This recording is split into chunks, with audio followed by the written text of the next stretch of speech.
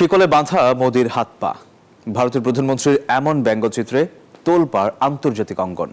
আর এমন কাণ্ডে দেশটির একটি সংবাদ মাধ্যমের ওয়েবসাইটও ব্লক করে দেওয়ার অভিযোগ উঠেছে। নিজ দেশেই প্রশ্ন উঠছে ট্রাম্পের সাথে মোদির বৈঠকের সফলতা নিয়ে। বিরোধীদের অভিযোগ, বিশ্বমহলে থুবড়ে পড়েছে মোদির কূটনৈতিক বলয়। ডোনাল্ড ট্রাম্পের সামনে নরেন্দ্র মোদির হাতে পায়ে শেকল। হাস্যোজ্জ্বল মার্কিন প্রেসিডেন্ট মূলত ভারতীয় অভিবাসীদের ফেরত পাঠানোর নিন্দা জানিয়ে ওই কার্টুন ছাপে দেশটির জনপ্রিয় ভিক্তান পত্রিকা।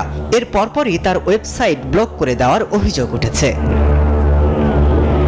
প্রথম দ্বিতীয় দফার পর এবার তৃতীয় দফায় শতাধিক অবৈধ ভারতীয়কে ফেরত পাঠিয়েছে ট্রাম্প প্রশাসন, যাদেরকে হাত পা বেঁধে ফেরতের অভিযোগ উঠেছে। ট্রাম্প মোদির বৈঠকের পর অভিবাসী ইস্যুতে কাটেনি সংকট, বরং নিজ দেশে এখন তোপের মুখে নরেন্দ্র মোদি।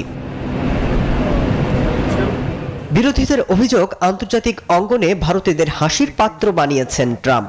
সেই সাথে ভারতের কূটনৈতিক ভূমিকা নিয়েও প্রশ্ন তুলছেন তারা।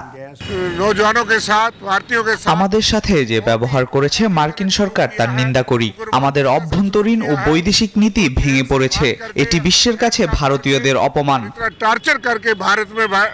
ভারতের একাধিক গণমাধ্যমে মোদি ট্রাম্পের বৈঠক নিয়ে উঠেছে সমালোচনার ঝড়। এদিকে আঞ্চলিক ইস্যুতেও তেমন সুবিধা করতে পারেননি নরেন্দ্র মোদি। শুল্ক ইস্যুতেও বাড়ছে চাপ। এমন অবস্থায় ট্রাম্প জামানায় আগামী 4 বছর মার্কিন ভারত সম্পর্ক নিয়ে ভাবতে হবে দিল্লিকে, এমনটাই মত বিশ্লেষকদের। মাসুদ রানা, নিউজ 24।